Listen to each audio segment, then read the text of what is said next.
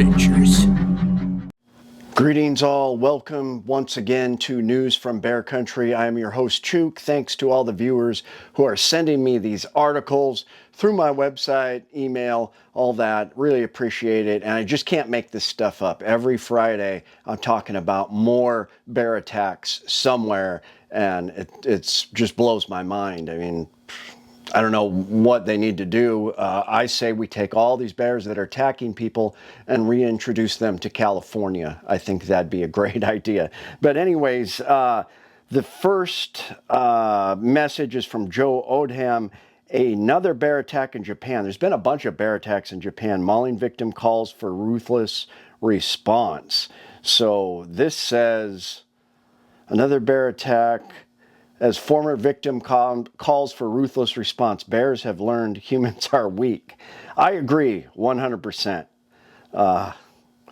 This is in the Fukushima prefecture. Okay, this must be a black bear. This wasn't even in the Akita area or Hokkaido where all the big brown bears are in Japan, which I didn't even realize they still had bears in Japan. That's just amazing. At least 100 people have been attacked by bears since April in Japan. Fatal maulings have reached record high, with the latest deaths pushing the nationwide toll at 13. 13 people killed in Japan, and so there's just more and more. Those strange Asiatic black bears are attacking people, and of those, the big brown bears. So this guy has a shop in rural Kita in northern Japan, and he accidentally trapped a bear, and then the bear pinned him down and mauled him, leaving deep gashes in his face. That's a bad day. Bite marks along his arm and torso, nearly scalping him before running off. Geez, these bears are preying on the elderly. There's a bunch of old people in these villages, and the bears are just savaging them. And then Akita, they're going crazy, and that's where the brown bears are. But then the population of Asiatic black bears has tripled since 2012. So it's not just here, but we did have some articles about Montana. Another one, the roar that haunts him. Japanese bear attack survivor call. Okay, another one, ruthless response.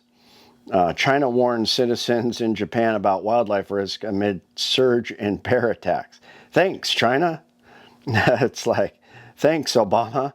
I saw another interesting one here. Alberta, there was one about, somebody sent me one about Montana, and I hadn't heard that one because it was about, let's see if I can find it. I just saw it. Oh, here we go. Grizzly bear targets hunters in 2 separate incidents. Here are the scary details. This is on MSN's Cool Down. Multiple hunters in Montana narrowly escaped dangerous encounters with grizzly bears, according to a report by KBZK Bozeman. Now, I don't think one of these I might have talked about, but one of them I didn't. So the first one, the bear came towards these hunters. They fired handguns into the air, which scared the grizzly off. Now, I've done that before, just firing at its feet or in the air over it, and that managed to scare a brown bear off here in Alaska. The second incident, a hunter was alone when a grizzly charged. The hunter used bear spray in self-defense and escaped. Thankfully, no people or bears were injured in these encounters. So he got lucky. Sometimes bear spray works, absolutely. Typically, in a charge, bear spray isn't that effective. It's effective if they're just kind of sniffing around, not in a direct charge, but it's pretty rare that bear spray will work and save your life or keep you from getting injured in a full-on attack. I mean, I don't see that happening. Let's see what other, let's see. Joe Oldham, another bear attack in Japan. And then, okay, more, that was the one from Montana. Bear crisis forces Japanese Ikeden team to withdraw from regional championships, Canadian Running Magazine. They can't even have races in Japan. There's so many bear attacks. It's getting kind of ridiculous. I don't know what to say about that. And I think that's it from Oh, wait. Bear attack and murder. What's going on here? This is from Trevor Namphal. And something about a bear attack and murder. And he wasn't even sure what was going on. This is from Fox News. Bear attack story unravels as Montana man found guilty of grizzly campsite murder. So he blamed it on a bear, and he just went and murdered some people. A Montana man with links to white supremacists has been found guilty of murdering a man at a Montana campsite in a brutal killing that was initially reported as a bear attack. Okay, I think I remember hearing about this one. Darren Christopher Abbey, guilty of fatally attacking Dustin Kurgerson with an axe and a block of wood and a screwdriver, all three, after the pair met at his campsite near Big Sky, Montana. Okay, it was last October. And so they finally are charging him with all that. Jeez. He admitted to stealing the guy's coolers, guns, and cell phones, and then blamed it on a bear. That guy. Well, hopefully he rots. That's not good. Okay, that's it for the emails. Let's check the website. I know I saw some on here, so hopefully there's something different. Because all these Japan attacks, just something crazy. Okay, so we're going to start from last week. Let's see. Black bear skull video. So I did some testing. When I opened it like this, there was a bear here, right here on all fours. Oh, that was the guy in Japan. I think that went into his shop and there was a bear there, and then it pinned him down. I think that's the one. Let's see. Michael McLaughlin was asking me what shotgun slugs I always use. I typically use Brennecke Black Magic, and that's what law enforcement and the troopers and stuff will typically use, wildlife troopers and stuff up here. Dick Wendell, what is he sending me? It's not working. Okay, how do I get out of here? All right, it's back to the emails. Okay, that one didn't work. Hunters escape encounter with 3 grizzly bears near Seeley Lake. This one sounds familiar. I think we might have talked because I remember hearing Seeley Lake, Missoula. That's always Montana. State wildlife officials. 2 hunters were not hurt after encountering 3. Oh yeah, this is the one where they saw 3 grizzly bears and they're running at them. Mule carcass. I don't remember that. Let's see. They shot at and possibly killed 2 of the 3 grizzly bears. What were they using? I wonder if they had pistols or rifles. They were hunters, so maybe it was with rifles. Interesting. I don't remember that one. So 2 miles from Pyramid Pass Trail east of Seeley Lake. There's so many things that happen in that area, though. Interesting. So that was a new one, I believe. The area of, oh yeah, more attacks in Japan. Always attacks in Japan. Always. Let's see what else we got here. Okay, this one might be interesting. Bear incidents in southwest Montana, a reminder for hunters to be vigilant. Even though the weather is cooling, bears are still active around the state, and with so many hunters in the field, encounters can be more common. Both black bear and grizzly bears are spending more of their time looking for food. Recently in southwest Montana, separate incidents, 2 hunters encountered grizzly bears while in the field. They were charged. They shot at the bears to deter the attack. They were uninjured. Late October, hunter on Landon Ridge in the south end of the Gravelly Mountains was hunting in thick cover. A bear charged him from close range, and he fired 1 shot from his hunting rifle, and the bear ran off. He didn't know if he hit the bear or not. Hunting rifles are better than pistols. And then November 1st, a hunter on the North Fork of Wolf Creek in the Madison Valley was charged by a bear from close range. He fired his rifle to deter the attack. The bear ran off. He also wasn't sure if he got it. So trail closure in Bear Creek. More incidents there. A dead horse on the trail. Active area for grizzly bears. Okay, Carry bear spray and have it accessible. I don't see anything about firearms. I'm not anti-bear spray, but you know, when these agencies just say bear spray, and I get it that they don't want people just waving firearms. Oh, Chuke said to get a 10 millimeter, and then you got waves of people going out there just blasting like Danny DeVito, but still get some training and then go out there. Okay, Todd, oh, good. Todd Hawthorne sent me a Cowboy State Daily. Hunter kills 2 grizzlies in Montana, claims self-defense after charging him. I think we might have been talking about this one.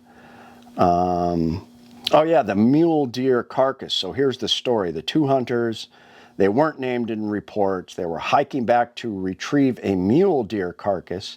Pyramid Pass Trail, Sealy. Okay, we talked about that one. And let's see, Bill Reed. Worker was taking polar bear photos in Nunavut site before he was killed. I read about this one recently. He had just like contacted his family and was like, "Oh, it's safe. You know, the bears aren't messing with me."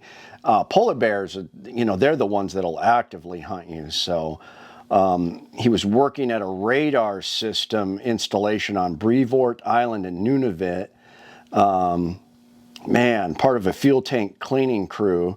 And then he told his family not to worry about the pictures of polar bears. Yeah, don't worry about that. He was snapping and posting on social media, worked at the site. Bet you he wasn't armed. They're not close to us, he said. You know, I know the difference, right? God, Dad, he said, you know I know the difference. I guess he should have listened to his dad. So he went outside, he was told the bear was nearby. Oh, I got to take a picture of it. Went outside. He went out a door with a large sign warning of polar bears, rounded one corner of the building thinking the animal was off in the distance, but guess what? It was right there. He didn't appear to know there was a second bear. The bear cut off a route. Okay, the bear blocked him from getting back to the building, then charged. And then the second polar bear joined in. There was no hope for this guy. This lady, Cox, said the tragedy could have been prevented if fences and motion sensors, monitors with alarms were around to make these radar sites safer. How about a shotgun? But it's Canada. So man. So he grew up in Labrador, good with computers, working at the radar sites. There wasn't a gun, so he ran to the accommodations building and alerted a wildlife who went and fired a non-lethal bear banger from a 12-gauge shotgun. The wildlife monitor. Geez, he should have had Brennicky Black Magic in that. Then they ran back to a truck. Finally, RCMP officer delivered the news. So anyways, yeah, he went outside and got ambushed by 2 polar bears. There was no help for him. That's terrifying. That's like my worst nightmare. Oh, another buddy. All right. Bill Reed sent me that same story, Nunavut. Another bear attack in Japan. They're calling for ruthless attacks on the bears now. All right. Now a man punches a bear. This is a good one. Gino Vendetti. Thank you. This is what I needed to top off these bear stories. My son Steve, Curtis man fights off bear. What state is this in? Newberry. What state is Newberry in? Almost sounds like the East Coast. So Curtis, Steve, who lives in Curtis, said the visitor arrived about 11 p.m. I opened my front door to retrieve my dog's leash to let her outside in preparation for our bedtime, Steve told me. As I opened the door, I immediately saw, standing on my porch step, looking straight into my eyes, one of the biggest tricksters I had ever seen. The trickster wore a very large bear costume, or so I thought. Maybe this was on Halloween. And then he realized it was not a trickster, it was a bear. Stood there for a few seconds, eyeing each other. The bear tried to get in his house. The bear kicked my now dented steel front door, got in. Oh no, he was able to stop him without taking any time to think about what to do. He punched the big animal in the head and the jowls. Punched him right in the face. After I threw my best Mike Tyson punches, the bear suddenly got spooked, jumped off the step, and ran behind my house and into the woods. Woo, no trick and no treat. He got a few scratches from the bear's teeth or claws, and his punching wrist was starting to hurt. That's a pretty tough guy. I like that story. See, I needed that one. All this death and dying, finally a nice story. Uh-oh. More backpackers just being eaten by bears in Japan. Now they're sending in the army. Okay, it's about time. So they finally, Japan's self-defense force dispatched shield and bear spray armed troops. Oh man, that's no fun. They should have AR-10s. About time they send in the army. Let's see, we have another video. Several days ago, hunters just outside... I can't play a video. Okay, one more. Hoping for a good one. Ooh, Ammoland. Always good for Ammoland. Should you report a grizzly bear self-defense shooting? Well, you kind of have to. Should you? This is from Ammoland. Of course, they'll go after you. Decades ago, the U.S. Fish and Wildlife Service established a regulatory requirement to report the taking of grizzly bears in self-defense. Penalties, yeah, it's always that $25,000 fine. Tim Sundles of Buffalo Bore Ammunition recently created a video about handguns for defense against wild animals. Interesting experience and views. Yeah, that guy's smart. Talks about the Fifth Amendment. Another thing about these protected grizzlies, you know, if you shoot one in self-defense, okay, now you've got a certain number of, I think, 2-3 days to get somewhere to a fish and game department and notify them. Incriminate yourself. And that goes completely against the Fifth Element. There's no law that is legal that says you have to go self-incriminate. That's what the Fifth Amendment is all about. As Sundays mentions, reporting a self-defense shooting has risks. Yeah, because then they may prosecute you. The legal standard for justified shooting of a grizzly in the lower 48 states is not high. The risks have little to do with the penalties for not reporting. They are primarily from being charged with killing a grizzly without justification. Yeah, so they'll turn it on you and be like, oh, you didn't have to do that. And then they list some instances. A Troy area man admitted to killing a grizzly bear on his property in 2020. Oh man, he got 2 months in prison and fined 10 grand. Pearson cut a GPS collar that had been fitted to the bear and discarded the collar near Yak River. Oh man, that guy got in big trouble. 2011, Jeremy Hill shot one of 3 grizzlies. He got a $1,000 fine. And after considerable community support, he pleaded to a federal civil ticket. Well, thankfully, he didn't have to pay 20 grand. In 2017, Brian Berg killed a big grizzly as he attacked him in Montana. He didn't report it and ended up with a plea bargain. So on the constitutional issue, we can agree with Sundles. The reporting requirement is unconstitutional. That's fair. There are significant risks in not reporting unrelated to the reporting requirement. There are risks involved in reporting an incident. So, yeah, there's some constitutional issues. Let me know what you guys think about that. That's pretty controversial, but I like it. That was by Dean Weingarten. He's the guy that did the study with Ammoland.com proving that handguns over and over have been successful in deterring bear attacks. A lot of people didn't believe me when I used to talk about 10 millimeter. Even 45 and 40 did good in these bear attacks. So there you go. Check out Ammoland.com. Thanks for logging into my website. Tomorrow, I'm actually going to have this video up of the Marlin Trapper in 10 millimeter. Really excited about that. So thanks for tuning in, guys. It's Chuke, your friend in the field. My name is Chuke. I like to trade my guns just for fun, but now I have none. Oh, look, get shot by a bear, but I don't care. I got a 10 millimeter. Chuke's Outdoor Adventures. Watch you all die every time, guaranteed.